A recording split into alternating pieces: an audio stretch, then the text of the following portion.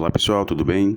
Nós faremos agora a revisão do texto intitulado Interdisciplinaridade e Análise da Produção Científica. Nosso objetivo aqui é fazer em 10 minutos uma revisão dos principais pontos presentes nesse texto, tá bom? Então nós podemos dividir aqui esse texto em 3 partes básicas. Nós podemos dividir aqui no primeiro ponto da interdisciplinaridade como problema científico. No segundo ponto, a conjuntura histórica em que a interdisciplinaridade se coloca como uma necessidade e como um problema na produção do conhecimento científico. E no terceiro ponto, nós temos aqui a centralidade do marxismo, no campo da produção do conhecimento. Pois bem, analisando o que é a interdisciplinaridade como uma necessidade vital, nós temos o seguinte questionamento. A interdisciplinaridade é uma necessidade vital? Ou seja, para a existência humana é necessário haver uma perspectiva interdisciplinar?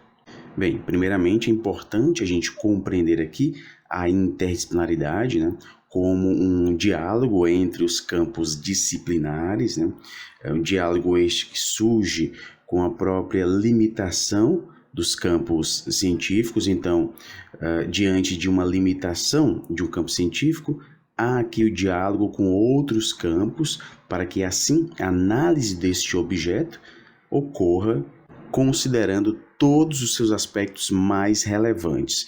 Então, de forma alguma, há aqui a afirmação de que defender a interdisciplinaridade é ir contra uma perspectiva disciplinar, ou mesmo ir contra a existência das disciplinas.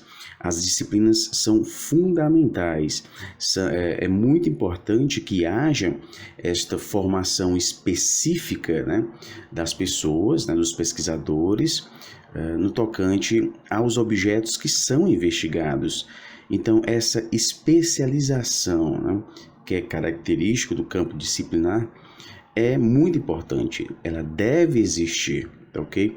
O que não deve ocorrer, e aqui esse texto faz a crítica, é se limitar aos métodos, aos objetos, às técnicas de um campo disciplinar. Então, se limitar apenas a essas técnicas para se investigar objetos que podem ser complexos, como, por exemplo, a cultura. Então, uma vez vista esta limitação de um campo disciplinar, deve-se fazer aqui um diálogo, uma integração com outros campos disciplinares para que essa limitação seja superada. Então, as disciplinas são importantes, elas devem existir, deve continuar havendo aqui essa formação específica. No entanto, o que não deve ocorrer são essas barreiras que impedem o diálogo entre os campos disciplinares. Quando existem essas barreiras, impedindo o diálogo entre as disciplinas, nós vamos ter aqui as chamadas ilhas epistemológicas, Vamos ter essas investigações parcializadas do real e, utilizando-se da concepção materialista e dialética da história, nós temos aqui uma aproximação, com essa perspectiva de se apreender os problemas em sua totalidade, em sua complexidade.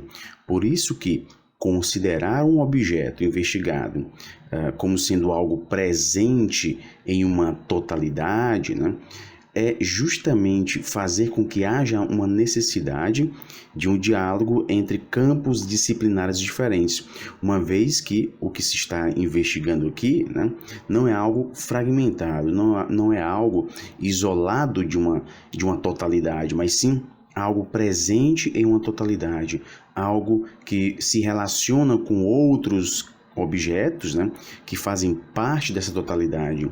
E é justamente devido a essa complexidade, que nós vamos ter aqui a necessidade de haver um diálogo entre as disciplinas. Um ponto interessante também abordado aqui no texto é o de se considerar as condições reais em que se produzem, se elaboram e se articulam os conhecimentos interdisciplinares. Essas condições reais, e aqui nós podemos fazer uma relação com o próprio materialismo histórico dialético, né? Ou seja, a perspectiva de se partir das condições reais, concretas, né? Então, se o objetivo é estudar a produção do conhecimento, é de suma importância estudar também as condições reais nas quais se dá a produção do conhecimento. E no que diz respeito à necessidade da interdisciplinaridade, são elencados aqui alguns pontos, né? Quando se dá a interdisciplinaridade, nós temos aqui uma contribuição nas trocas generalizadas de informações e de críticas, que vão contribuir para a reorganização do meio científico. Vamos ter também a formação geral dos participantes, o questionamento da acomodação dos cientistas em pressupostos, em comunicações restritas que dificultam as trocas, e é interessante que esta acomodação dos cientistas pode ser muito bem vista, né, em programas de pós-graduação. Você vai ter que adequar o seu trabalho, os referenciais teóricos do seu trabalho, né, aos referenciais teóricos já utilizados pelo professor. Ou seja, é você que deve, né, se adaptar àquilo que o professor já traz consigo. Então, quando a gente tem isso, a gente pode falar, né, que há uma espécie de acomodação dos cientistas. Eles se acomodam diante de um referencial teórico que está sendo utilizado, diante de uma metodologia com a qual eles já estão acostumados, né? Então, essa acomodação ela pode ser vista, por exemplo, na pós-graduação. A interdisciplinaridade também proporciona essa formação polivalente. Então, em lugar de a gente ter aqui uma formação meramente especializada, né, a gente passa a ter aqui uma abertura maior para outros campos, e isso também acaba refletindo, né, em um preparo para uma pesquisa em equipe. Pesquisa na qual há confrontos de métodos diferentes, né? Metodologias diferentes, pontos de vista diferentes, né? E também a interdisciplinaridade traz aqui a perspectiva de uma educação que seja permanente, né? Ou seja, em nenhum momento você vai chegar e falar, pronto, agora eu já sei, sou formado, logo não preciso mais aprender nada de novo. O que eu já aprendi já basta. Não, nessa perspectiva aqui, a educação ela é permanente. É como se nós tivéssemos aqui a chamada de formação contínua, né? Ela perdura, ela continua durante toda a vida. Então a gente está sempre aprendendo. E isso é uma característica, né, da própria perspectiva dialética, né? Essa eterna transformação, esse eterno movimento. E destacando mais uma vez essa necessidade vital da interdisciplinaridade, nós temos que ela proporciona, né, juntamente aqui com a perspectiva do materialismo histórico dialético, a apreensão da totalidade concreta da realidade objetiva confrontada e obstaculizada. Então vamos compreender aqui rapidamente a apreensão da totalidade concreta, né? Essa totalidade concreta diz respeito justamente à essência, né, da realidade, ou seja, a compreensão daquilo que constitui essa realidade, das bases que constituem essa realidade. E é importante destacar que quando a gente se depara com essa realidade, a gente não vê de cara, né, aquilo que constitui isso, as suas bases. É como se a gente visse apenas as aparências, né, apenas uma espécie de casca, digamos assim.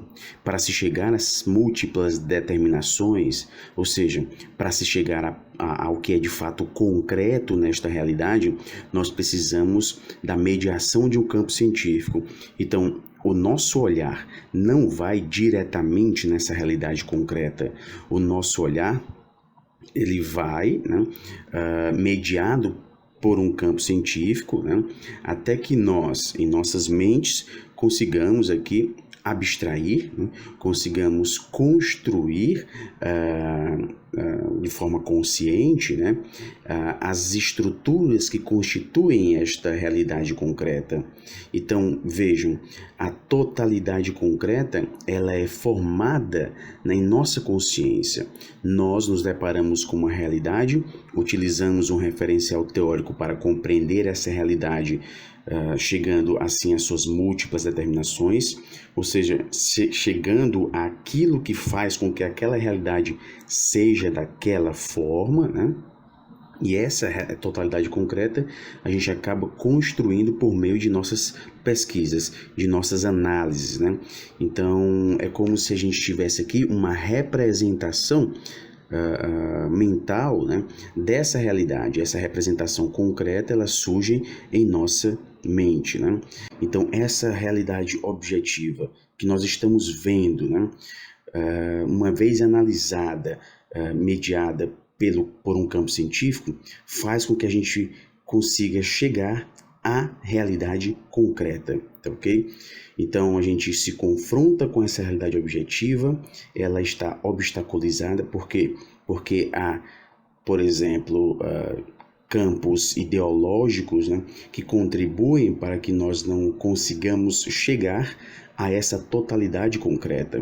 E não é difícil a gente compreender que, de fato, né, há muito em jogo, né, para que justamente as pessoas não consigam compreender o que há por trás dessa realidade objetiva. E um dos fatores que contribuem para que as pessoas não consigam chegar à compreensão das causas, à compreensão das bases, das estruturas que compõem a realidade objetiva, né? Então, um dos fatores que contribuem é justamente essa fragmentação que nós temos na formação. Então, uma formação fragmentária, né, contribui para que a gente não consiga chegar à realidade concreta. Contribui apenas para que a gente fique no campo superficial, na realidade objetiva. Pois bem, pessoal, então nós discutimos aqui os principais pontos presentes nesse texto. Obviamente, isso não tira a importância de se fazer a leitura de todo o texto, tá ok? O que nós fizemos aqui foi abordar alguns pontos para auxiliá-los na compreensão do discurso central presente nesse texto, tá bom? Então, no mais é isso, pessoal. Bons estudos a todos e até a próxima.